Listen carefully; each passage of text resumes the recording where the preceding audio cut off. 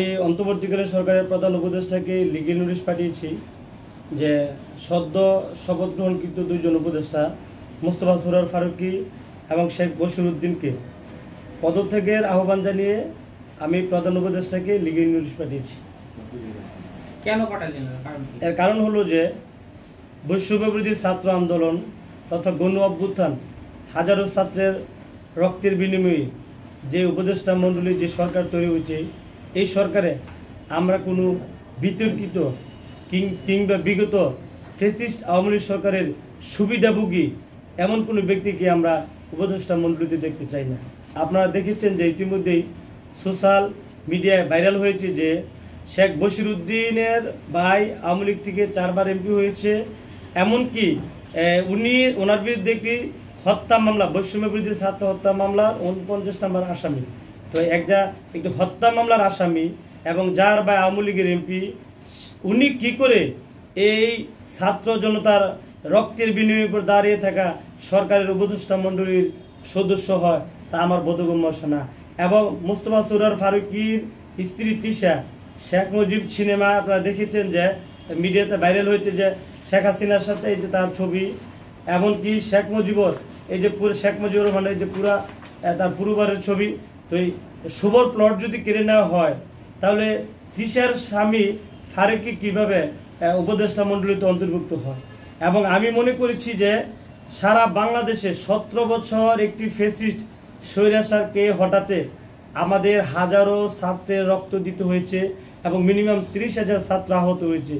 এই বিরাট ত্যাগের বিনিময়ে প্রতিষ্ঠিত এই সরকারে অন্তত বিতর্কিত এবং স্বৈরাচার সরকারের সুবিধাভোগী এবং মুজিববাদ আদর্শের উপাদান বিদ্যমান আছে এমন ব্যক্তিদেরকে অন্তত উপদেষ্টা মণ্ডলীতে স্থান দেওয়াটা শহীদের রক্তের সাথে বেইমানি করার শামিল।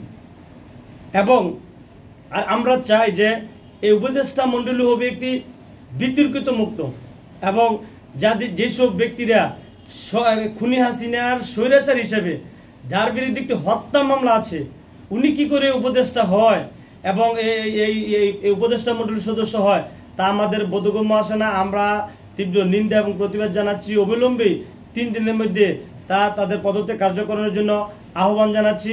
অন্যথা যদি এই ধরনের ব্যক্তিদেরকে উপদেষ্টা করা হয় তাহলে আমি আইনজীবী হিসেবে আমি উপদেষ্টা মণ্ডলীতে অন্তর্ভুক্ত হওয়ার আবেদন জানাচ্ছি। কারণ এই বৈষম্য বিরোধী আন্দোলনে টানা 26 দিন গুলির মুখে দাঁড়িয়ে আমরা স্বৈরাচারের বিরুদ্ধে আন্দোলন করে এই সরকারকে বিতাড়িত করতে আমরা সক্ষম হয়েছি।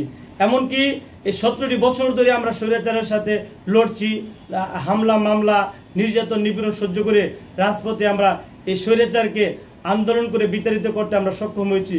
যদি এই বিতর্কিত ব্যক্তির যদি অন্তর্বর্তী সরকারের উপদেষ্টা হতে পারে তাহলে আমরা উপদেষ্টা হতে দোষ কোথায়? আমি মনে করি শহীদদের রক্তের সাথে প্রতারণা করা হয়েছে। 17 বছর পরে বাংলাদেশ একটি ফ্যাসিস্ট স্বৈরাচার মুক্ত হয়ে বাংলাদেশটাকে সংস্কার করে আমার ভোট আমি দেব এবং এমন একটা প্রতিপাদ্য নিয়ে এই দেশটা মানুষের জন্য ভোট দিতে পারে। 17 বছর ধরে মানুষ ভোট দিতে পারেনি। এই সরকার, এই অন্তর্বর্তীকালীন সরকার মানুষকে ভোট দেওয়ার একটা পরিবেশ তৈরি করে দিয়ে যাবে।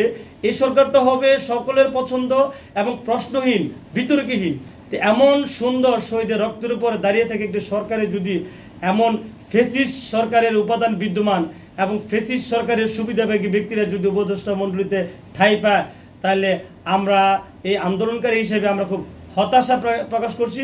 এবং অবিলম্বে শহীদের রক্তের দিকে তাকিয়ে লক্ষ ছাত্র জনতার যারা আন্দোলনে শরিক হয়েছে তাদের আন্দোলনের দিকে তাকিয়ে অবিলম্বে তাদের পদত্যাগ করার আহ্বান জানাচ্ছি এবং প্রধান উপদেষ্টার কাছে এই জন্য আমি লিগেল নোটিশ দিয়েছি। সেটা ঠিক আছে, কিন্তু আপনি তো বলছেন নিজেকে উপদেষ্টা হিসেবে